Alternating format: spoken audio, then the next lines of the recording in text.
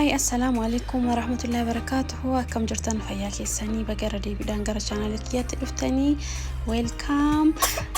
أكم أركتن حرق هيدونا لكم الجرا أنت اللي تمال تأجرت جيتشون كيساني اللي هن أولو قارو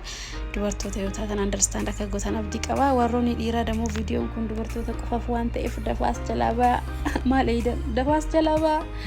أنا أكم أركتن حرق أنا لكم باجرا كنا نانتي كالجلا نجار في كنا ما يوكو أكلت سعيد تنقرات تدي ما لشوا تنقرات تدي شون إننا بقى أنجرا ميري أكنا توجراكم مثلا أرجع كنا نهدونا لكم جرا جرا دويدا هيبو ما الجتشو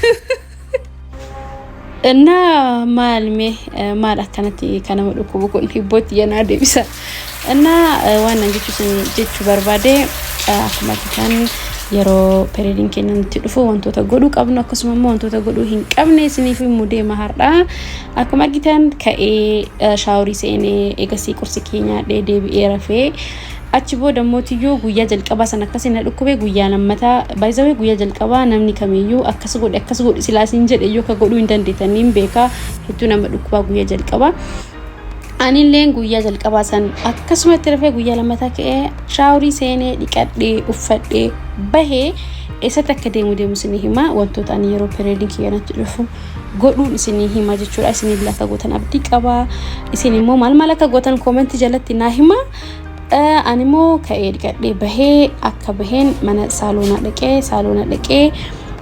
maal akka godhu viidiyoo irratti ilaaltanii garuu sandura warroonni yeroo periodin keessan isinitti dhufu wantoota qabbanaa fayyadamtan dhuwiidan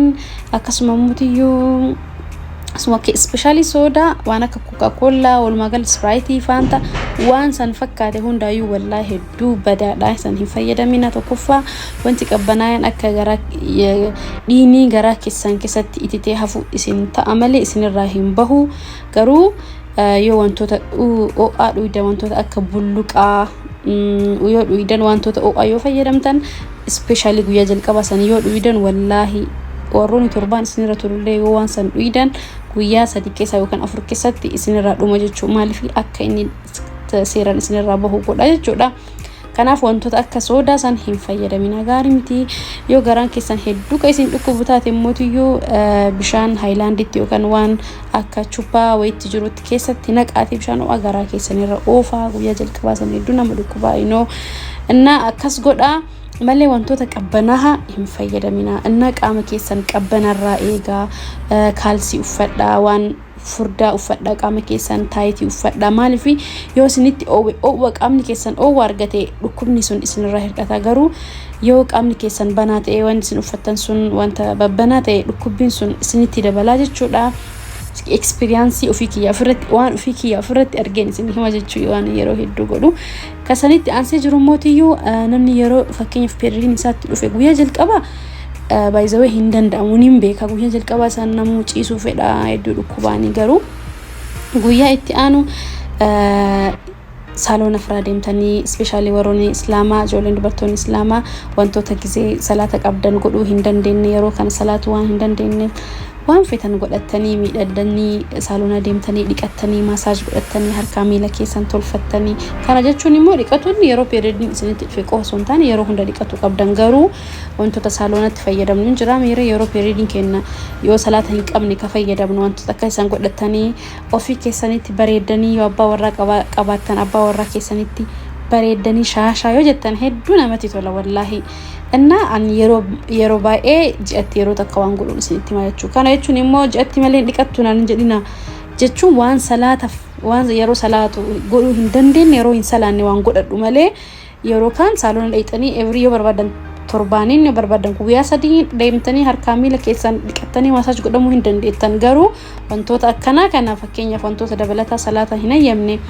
san mootiyyuu gisee kanatti godhadha isin jechuu barbaadeetiniini kanaaf maaliif keessarraa haadha geettanii dubartoonni hedduu yeroo laguun itti dhufu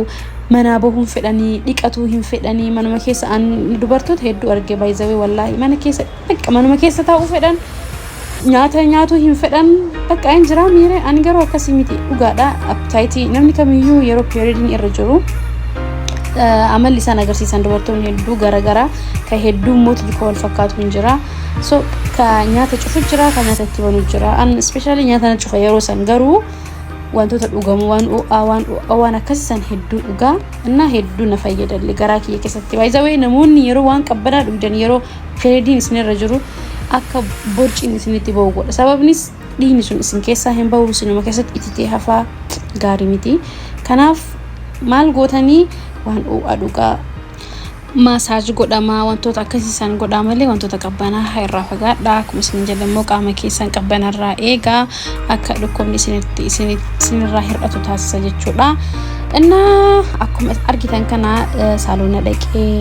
babbareedee tolfadhee sukkuumamee tolee akkamalee akkas godhama yeroo ji'atti yeroo takka yeroo laguun kiyyaas jechuudha እና ሰዓቲ ቦደሞ ሳይፈንቲያ ወጅን ቀጠሮ ቀባቱሬዩ ጥቆ በርፈዴ ደቀገሩ ሄዱ ነመት ተላ ሳይፈንቲያ ሶማሌ ከስማሞ ጆል ነሞታ አዲ ቱራኒ እና ጉያ ሶማሌ ኡመኒ ሶማሌ ቢልሰቲ በሄቱሬዩ ጉያ ከና ከበጁ ቱራኒ ሳምብረሌ ደቄ ሀለ ከናን ቱሬ ማልፊ ስለ ሞራል አርገዱ ቱሬ ሶ አገርተኒ ሳሎና ደቁ ባዴ ሰበብኒስ በቃ እንጀራ ሚሬ ሪፍሬሽ ተኤ በሄአቺ እና ስለከስተው ባዴ አሲትለ ገመቹን ቀወቱሬዩ እና ሀለ ከናኛ ለሳኒ ቆጴሰኒ ኢሳኒ ወልጂን ሻሻጀን ሄዱ ነመት ተላ ቱሬዩ እና akkana godha isin jechu barbaadeetini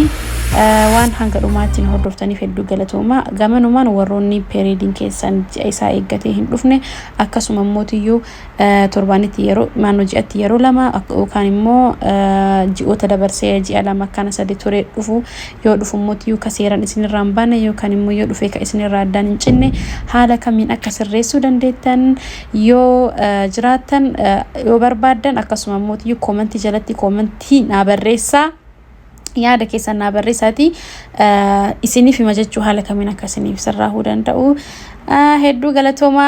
isin jaaladha yaada gaafii keessan kaa'uu hin dagatina nagaannaa tura wassalaamu alaykum wa rahmatullahi wa barakaatuh